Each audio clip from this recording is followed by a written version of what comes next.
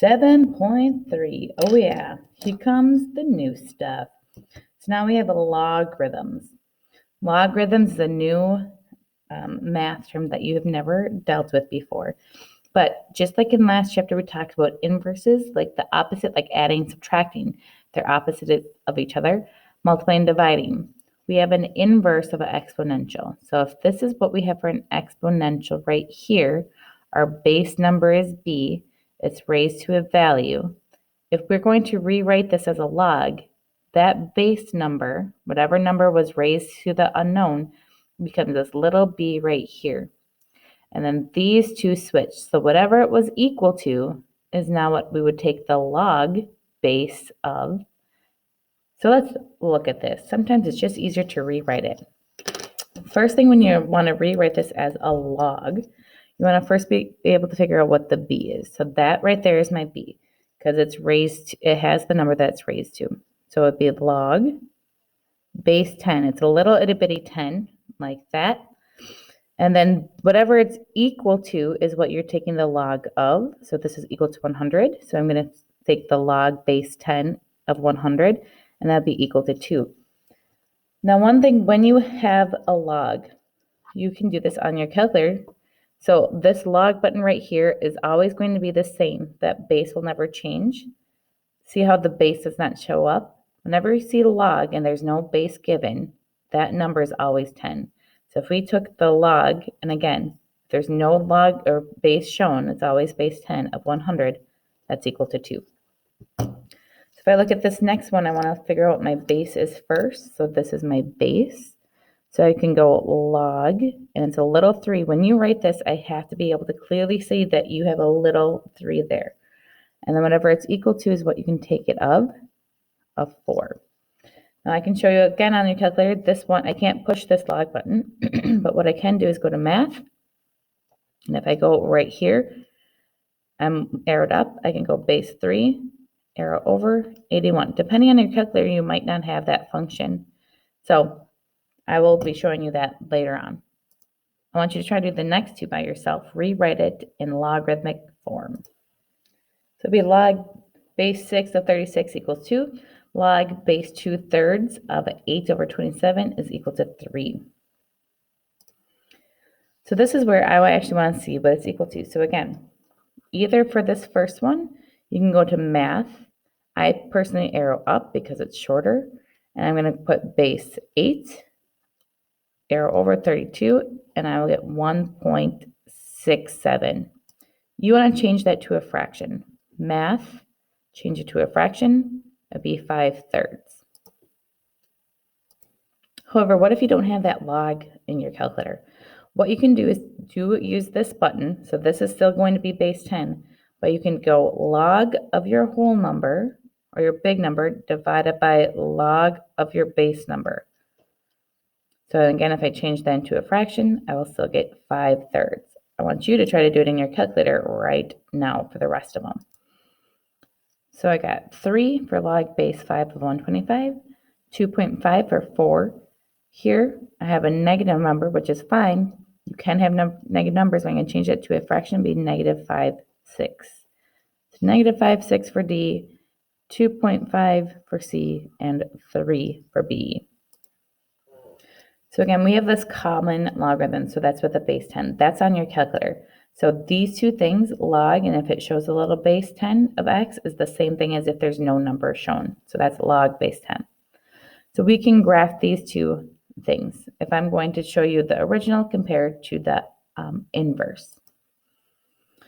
So I'm going to graph just 10 raised to the x.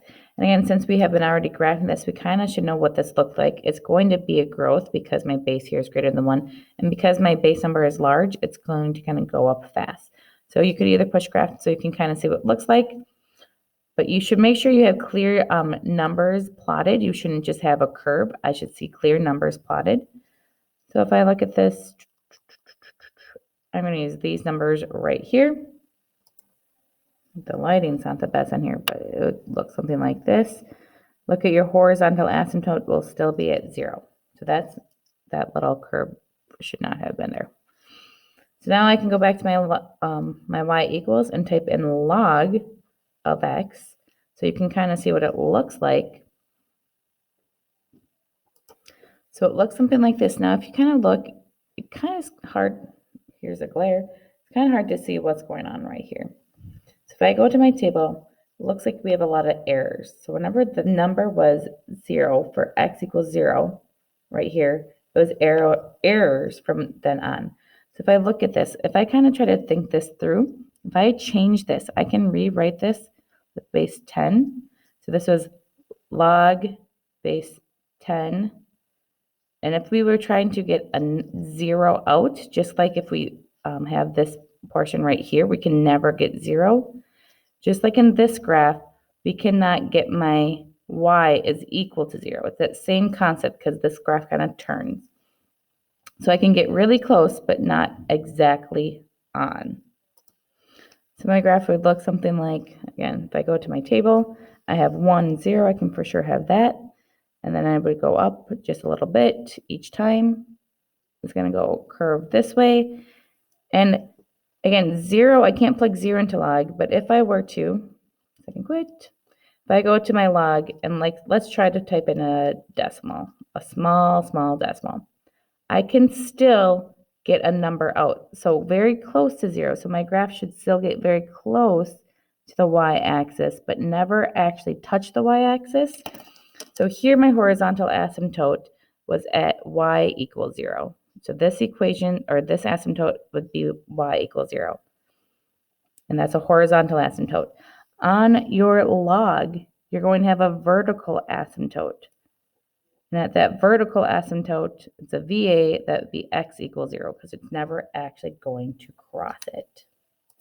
So this next question, if we want to use our calculator to type this in, we can go to math, again, this log base. We can type in 3, move over to x. Oh my gosh, Ms. Rickman, I don't have that capability. Well, what you could do is still, remember, it's a log of your top number, or your whole number, the x, divided by log of whatever your base number is. Either way, your graph should look something like this. Either way that you typed it in, your table should look something like this. So notice how that point we still have is 1, 0. So that point, just like in our original, we have 0, 1. Now it's 1, 0, because it's the inverse. We can plot 3, 1, and see if there's any other nice numbers. We can have 9, 2. Again, this graph is getting really super close to that y-axis, but we'll never actually touch it. Never touch it. So my domain here, because of this asymptote, is how far left to how far right. Well, I have this stopping point, my domain. So x will have to be greater than 0. Greater than. It does not equal 0. It has to be greater than 0 because it starts here and is moving to the right. My range, this goes down forever, and this is going to slowly go up forever. So my range will be all real numbers. My y-intercept. Y-intercept means where does it cross the y-axis? Because we have this asymptote here, it will never happen. So there's going to be no solution. There's no y-intercept. And I have a vertical asymptote at x equals 0. You should try to do this one by yourself. So your graph should look something like this. Again, when you're graphing, I need to see points. You can't just try to sketch a graph. I should see tick marks on this as well. My domain will be x has to be greater than 0. My range will be all round numbers. There is no y-intercept. My asymptote is going to be a vertical asymptote at x equals 0. So just like we have before, we have all these transformations. If we have a number out in front, my a is either going to flip it or stretch or compress it. If there's a number with the x value, so taking the log, either it's going to move left or right. And if I have a number on the outside of the log, it's either going to move up or down. I don't know what happened there. So here's my first question, this transformation. So I'm not sure what's going to happen. We're going to figure that out together. But I know that this right here, the 3, is going to move it to the right 3. So something's going to move to the right 3, and something's going to move up 4. So I plug this into my calculator. So either if you have that log base button, it should look like this. If you don't, this is what it should look like. So my x, whatever I take, have the log of, and then the log of the base, and I still have that plus 4. So if I graph it, it looks something like this. Again, your calculator, notice how it just changed colors because it's the exact same graph on my graph. So my calculators can't get super close, but if I go to my table, it looks like right here, I get super close to 4 when I have 4 in, but I never actually get past it. I can't get to 3. So if I plot these points, I have 4, 1, 2, 1, 2, 4, 1, 2, 3, 4. So this right 3, that's going to move your asymptote. Your x value was your asymptote in your graph, so that's going to move my asymptote. So when I look at this, that moves my asymptote. My up 4 is that typical point that starts at 1, 0, but now it's at 4, 4. So my graph should look something like this. You have to have both arrows in order to draw it. Even though this doesn't say it, we have our domain would be x is greater than 3 this time. Sorry, x is greater than 3 because it's on the right-hand side. It does not include that number. My range, again, I can go anywhere. My y-intercept, I'm not going to cross the y-axis because it's limited right here. So my y-intercept would be no solution. And then my asymptote would be a vertical asymptote at x equals 3. Next one, there's no up or left and right, there's no up and down, but this is going to stretch it. This will give me a stretch of 5. I want you to try to do this one by yourself. So I'm still going to have this asymptote here because I did not move left or right at all. And that 5 really stretches it out. So that point, this is 1, 0 did not change because I did not move up or down, but it's going to be stretched out and it's going to get really close. So again, my domain, x would be greater than 0, does not include 0. My range is going to be all real numbers. My y-intercept, not happening, no solution. And my asymptote will be a vertical asymptote at x equals 0. Bing, bada, boom, guys. Have a great day.